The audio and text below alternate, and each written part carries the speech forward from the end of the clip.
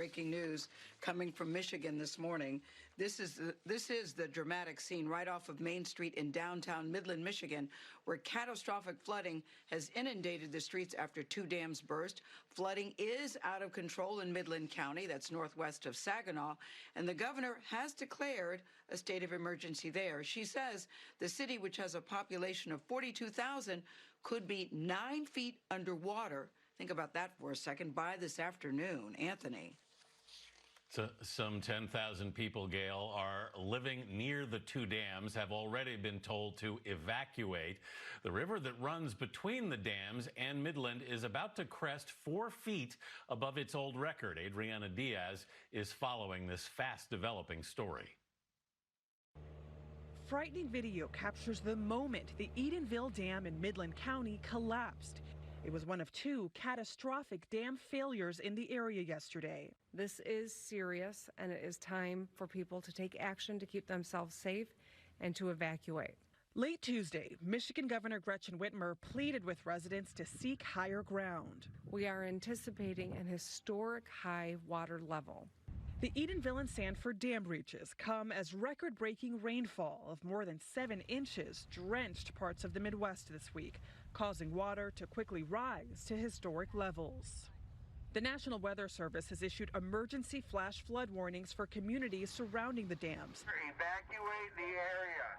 Emergency responders went door to door early Tuesday morning before the breaches to warn residents to get out. I've been here approximately 26 years and have never had this type of situation occur. Both dams already had questionable track records. In 2018, the Edenville Dam was given an unsatisfactory condition rating by the state. The Sanford Dam received a fair condition rating. Meanwhile, Michigan is still fighting to stave off the spread of coronavirus. Governor Whitmer urged residents seeking refuge at shelters to continue social distancing and wearing face masks. To go through this in the midst of a global pandemic is almost unthinkable. But we are here, and to the best of our ability, we are going to navigate this together. Now, this comes as parts of Michigan are set to reopen as soon as Friday. So the state is dealing with 2 major challenges: managing those reopenings and assessing the damage from the dam failures. Tony? Adriana, thank you very much. Let's get to Midland, Michigan City Manager Brad Kay. He joins us now. Brad, we just heard that parts of your area could be 9 feet underwater by this afternoon. You're there right now. What are you seeing? What are you hearing? We're hearing a lot of that, exactly. We live in a river valley in Midland. We're used to river floods, but this is something that we've never experienced before. We've already exceeded the highest record level floods we ever had, and we are looking to continue probably about another 4, as many as 8 feet of water coming through our city within the next few hours. We saw some footage there of first responders in your area going door to door asking people to evacuate, but those evacuation orders are not mandatory. So what's your message to people this morning who may not be heeding the warning? The message is take it seriously. This is an important flood. It's a serious flood.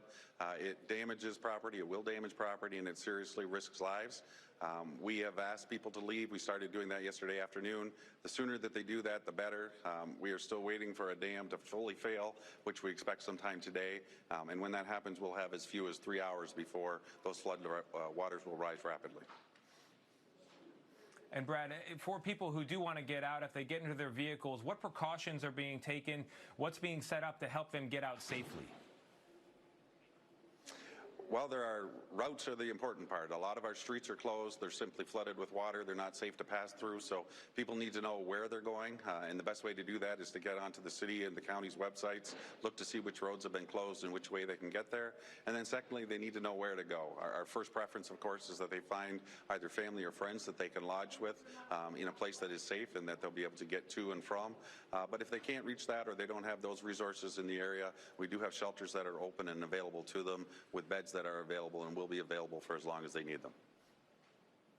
All right, that's good to know. And we heard you say there's another dam that you think might go by later today, but hopefully it holds. Mr. Kay, thank you very much, and we'll let you get back to work.